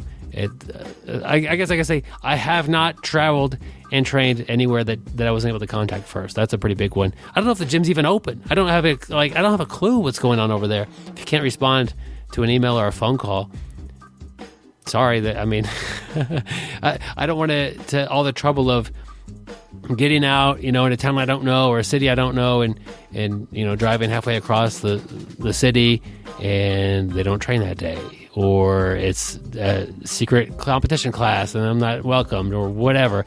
I've never had that situation because I call first, and like a business, because these jiu-jitsu gyms are a business, they answer their phone. They respond to potential customers or people that are asking questions about them. Yeah, that's a really important one. Definitely an important one. And number two is one I never really thought of. What he talks about doing is, if you haven't made arrangements for where and when to show up, then be ready to be turned away. Like what he's talking about is, he kind of treats going to the gym, like a trial run. He'll bring his gear, but he leaves it in the car. He shows up into the gym and, just stands there waiting for somebody to approach him. He basically, he may have already looked online, knows when the class schedule is, but he's going to pretend like he knows nothing about jiu-jitsu, nothing about this school. He's waiting for them to invite him in, and they're going to come over to him. They're going to be friendly to him. They're going to invite him in. And like you said, this way you didn't ask if you could train. They invited you to train. That's one I never really thought of, but it just shows that you really want to train. You're just a polite person. You're waiting for somebody else to take the opportunity to invite you and say, "Hey, come on, let's train. Let me teach you something." Yeah, he talks about pretending like he knows nothing about jiu-jitsu, and I'm sure he's only talking about the first few minutes he's in waiting for them. It's almost worst etiquette to pretend like you don't know much and then go out there and start running circles around guys. And that's kind of, I'm skipping ahead here, but that is his fourth point, is don't go too hard. When you're a guest in a gym, nobody wants to feel like some purple or brown belt showed up and they're going to try and take everybody to school. So just roll friendly and give and take. And if your training partner catches you with something, just go ahead and tap. And every time you see a submission, you don't have to snatch it for the first roll or two. And once you get to know the guys, you can turn things up a little bit. The best was on point number 4 right there. He was talking about when he rolled with Professor Jeremy Harris, who's a solo black belt. And, when he came to his academy, the professor had no idea who he was. He just knew he had a company called YOLO BJJ.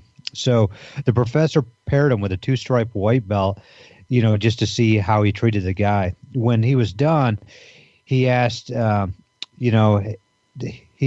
professor, "Hey, did I, do okay with your guy?"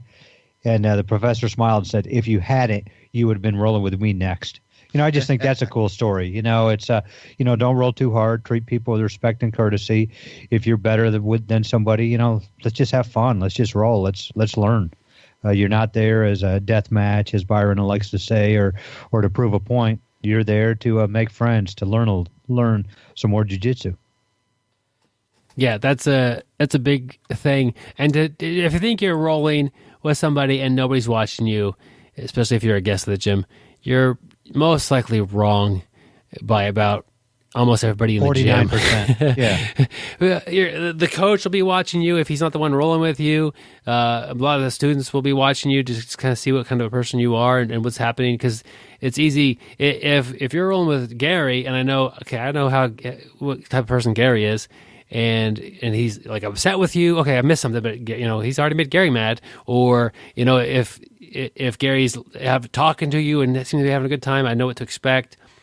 If you're doing something that's rude to Gary, people will glance over. They're not likely studying your game, but it helps them get an idea of what's happening with this guest at their gym, at their home. And people are watching, definitely instructors watching. And if you're going to come in there and cause trouble, you can expect trouble coming right back at you, except for you're vastly outnumbered and you're in foreign territory. They've been nice enough to welcome you in as a guest. Be like a guest in somebody's house. Be polite. And they'll be happy to have you. I mean, you should leave with a smile on your face, and they should be happy that you came by and got some mat time. I know Jake Fox is thrilled every time we have a listener come through Wichita and they come into the gym. He's like, I like this to be a place where when somebody comes to Wichita, they come here and train. That's great. It's like a thing that somebody wants to do. If they train jiu-jitsu and they come to Wichita, he really just likes that feeling. It's because the people that are coming in are having fun. The other people that are here training with them are enjoying that process. I mean, it's a big deal, and it kind of it speaks loudly about you and where you come from. Less about how good you roll and more about the type of a person that you are when you're there. Another thing that speaks about that is the fifth point. Basically, be clean. Don't show up with a dirty gi or ringworm or smelling terrible. If something happens and your gi is getting funky while you travel, or you're having problems with cleanliness, you may look at not going or calling, because you're going to call them, or hey, I'm in town, I would like to train. I don't have a gi that I can wear. A lot of times they'll have a gi you could put on and train with. There's a lot of options there, but you don't want to come in and be the person that is offensive for odor reasons, or I guess hygiene reasons. It's not good at your hometown either. Also not good when you're traveling. Trim your fingernails, brush your teeth, wear a clean gi, all those things, right? Yeah. I don't think these things need to be said, but occasionally they do. And hey, how about this? As a challenge, ask just when you're rolling next, when you're with somebody who's a friend, hey, does my gi smell kind of funky? And just to see, because it's hard to tell if you smell bad. And maybe they're just shy about telling you. No, they can't smell anything at all. Okay, I didn't know if it was me or what was going on. Or if they say, yeah, it is kind of funky this week. Well, it's probably funky every week, and they're just not wanting that conversation. But you open in that door, let you know, hey, maybe I'm the sneaky person in the classroom. And all you need to do is take care of your gi a little differently. And your instructor should be able to help you with that and figure out ways where you're missing a step as far as the care of your gi and keeping it clean, or maybe the care of your own skin. I don't know. One we skipped over that I like a lot, point number 3, when you get on the mat, smile and shake everybody's hand. Go around to everybody. And, I don't see this happen all the time, but the people I have seen do that, and, when I do see people do that, it just, I don't know, it gives me a warm fuzzy. I know you're probably going to mess with me because I said that word there, Byron, but I really do like it when I see somebody do that, and I don't do it all the time. And just reading this one, I think that's something I'm gonna do. Yeah, that's an important one. I mean, going in there and being a friendly person, you're gonna have a more enjoyable experience. You're not coming in to teach a seminar or show everybody how great you are at jiu-jitsu. You're going in there to experience jiu-jitsu locally at this place you're traveling to, and it'll be a lot more enjoyable if you have that fun attitude. And then Gary gets a warm fuzzy out of it. That's great, my man. Definitely, that's great. Byron, it's nice to ask for feedback if you're the one with the smelly gi, but I find just to get the right culture in your gym, it's nice to let other people know how they're doing too. And I try not to be, I'm never mean. So I take the other approach, and if they're doing good, I want to tell them. And, so if I have their back or something, I might just whisper in their ear, "You smell nice." That's the last thing they'll remember. As they're going to sleep. No, but it's awkward to tell somebody, he's a little funky this week. That's not so bad versus you're always the worst smelling person in here. Nobody wants to train with you. Like, there's different ways you can do it. You definitely don't want to embarrass somebody and do it in front of everybody. When you get a moment with them, one-on-one, say, "Hey, man, your gi's kind of funky." And I would say this week or lately, and just let them know that they're having a problem that they probably don't even realize it. And you don't want people to be avoiding somebody because they smell bad. It happens. Another thing that works good is buy some Tide Pods and put them in his gym bag. Maybe that'll give you the hint. And if not, it's going to give you a little bit of food for after rolling. Is that what you do with Tide Pods? Well, that's what I hear. Well, it helps. It's good to have your laundry coming out of the dryer warm and fuzzy. And that brings us to our audiobook that Joe and Gary are working on this week. Hold on, though. I thought you wanted to do your audiobook, Byron. Okay, sure, that's fine. What do we have, Gary? Yeah, because I know we talked about that beforehand. And, the great thing is Byron really helps out a lot of these, people just starting jiu-jitsu and trying to make people better at jiu-jitsu. And, the cool thing is I know a lot of you guys enjoy 6 games for BJJ. A lot of people have checked it out. It's really great. We talked about Ragdoll earlier. It's really helped people's games. But Byron spent weeks, months, coming up with these games, years. And there was a lot of trial and error. And the cool part about this is he's coming up with his new audiobook. And, me and Joe, we're waiting to, check it out. But it's games that did not make 6 games for BJJ. Some of them, were illegal. Some of them, got shut down by the fire department. There was a lot of stuff going on. And what Byron's going to talk about is some of these games that, he tested out and they failed, for one reason or another. And it's not going to help your jiu-jitsu game, but it's very entertaining. And I personally think this could be, one of his best-selling books of all time. Wouldn't you agree, Joe? Yeah. How about the chapter Jiu-Jitsu on Ice? Tell us a little bit about that one to start off with, Byron. That one, it was funny on that one because it was a cold January day, and Gary was being, he was telling me my gi smelled bad in the parking lot, and I just wasn't in the mood for it. And so we threw down right there in the icy parking lot. And it was the same parking lot where Byron got the idea, because we'd talk after class to start a podcast. We did conceive the idea of a podcast in a parking lot with some romantic music. But yeah, the whole ice thing, it was different. I do most of my guard passes standing up. I couldn't stand up without falling down. I didn't have skates on. Gary had skates. He tried to stab me with a skate. It just went poorly. And so I took that game, I threw it out, and it's landed in this book. Also, so we have jiu-jitsu on ice. Well, let's go with chapter 3.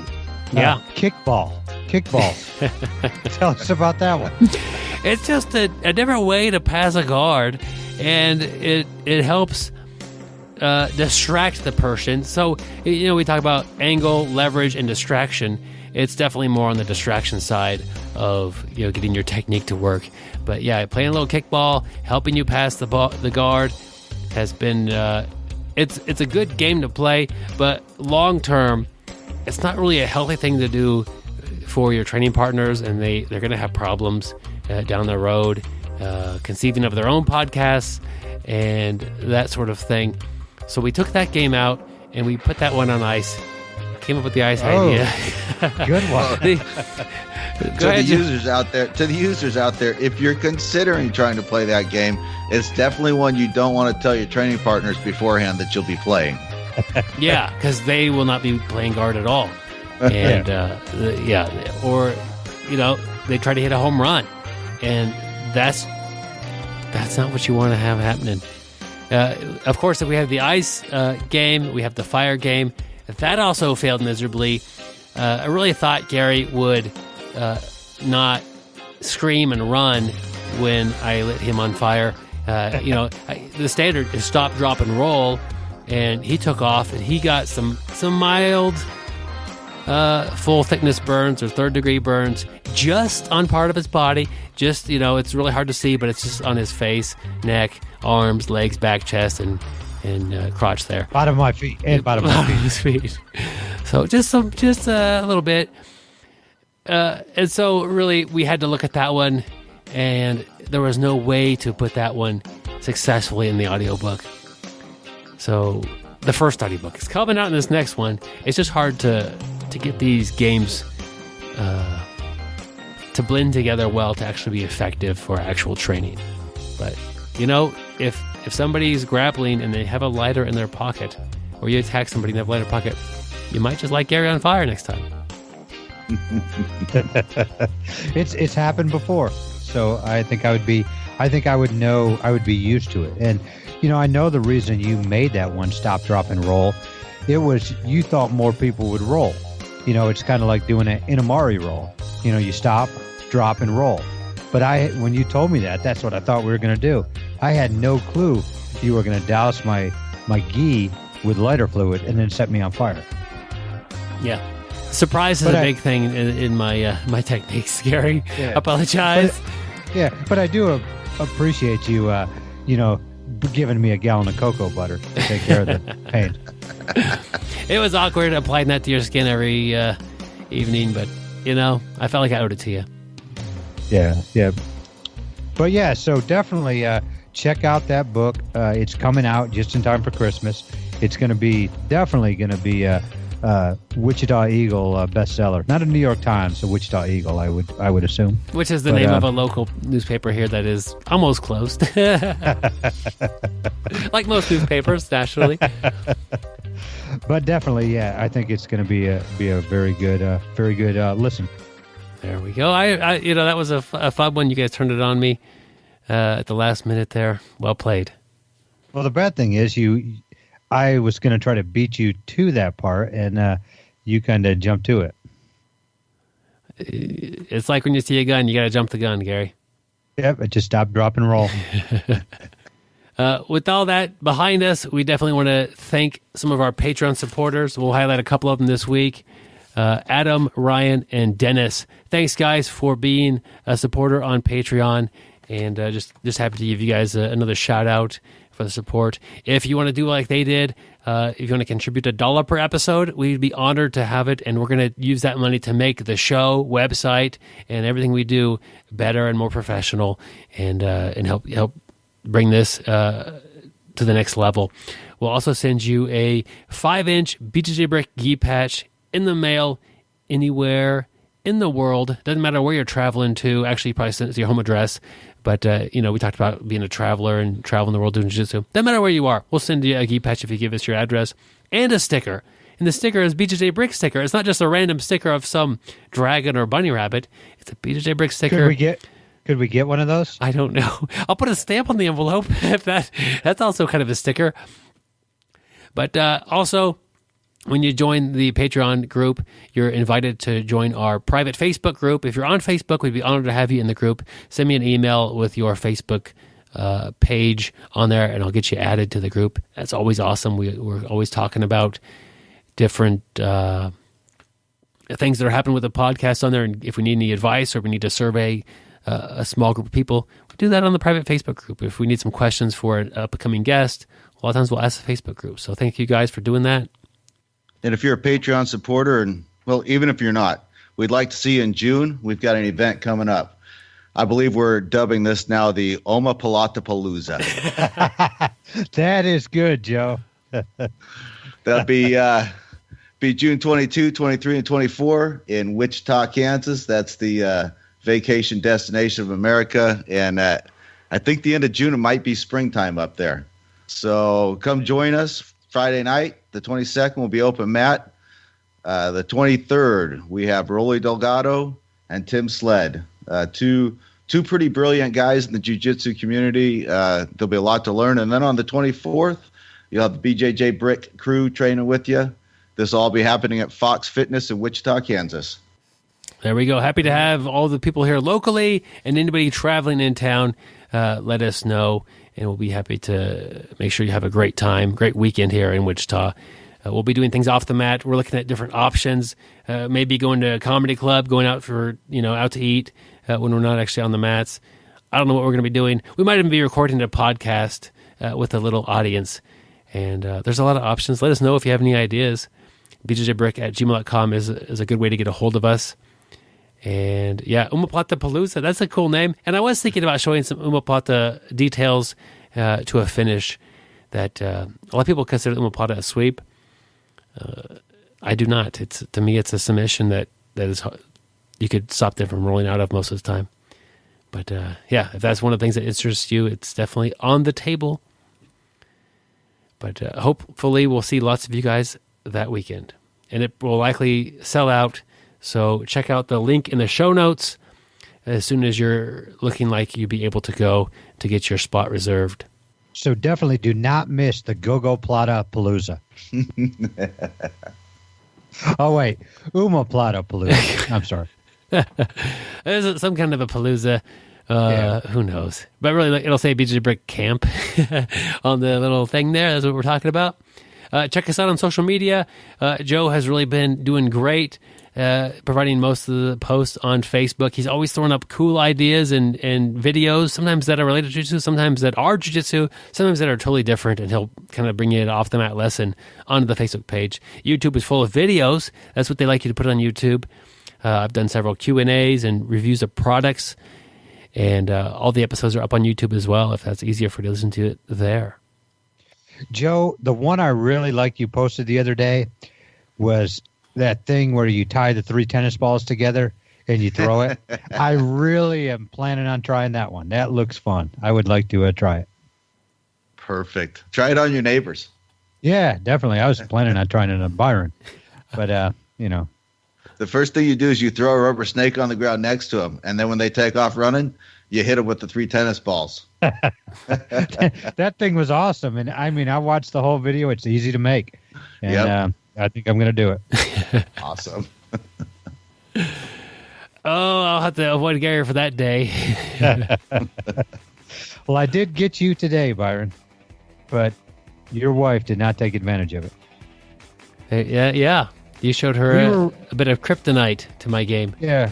We were rolling today, and I look over, and Byron, what did you do to her? You had her look the other way or something, and then I said, hey, look at Gary's hair; it's all messed up. She looked up at your hair, which I don't know, your hair doesn't really get messed up. Yeah. But I hopped on her back. He attacked. So I waited a couple minutes, and then I pretended somebody walked in and got Byron to look totally around while he was in butterfly guard. Yeah, he called it someone's name, and I it was literally 2 minutes later. You do the same thing to me. You're like, hey, what's happening, Bill? And I'm like, where's Bill? And I can't find him, and I'm looking, and my wife is also looking for this guy. And Gary's like, you blew it. That was your chance. But I still owe you, so I'm going to get you with whatever those tennis balls are called. You're gonna get hit with that. The 3 balls. Yeah. Had a great week, guys. We look forward to seeing you guys next week. Stay sweaty, my friends. And don't forget to shower. Train hard, train smart, get better. We'll see you on the mats, guys. Thank you for listening. I hope you find the time today to roll. After all, the best way to get better at Brazilian Jiu-Jitsu is to do Brazilian Jiu-Jitsu.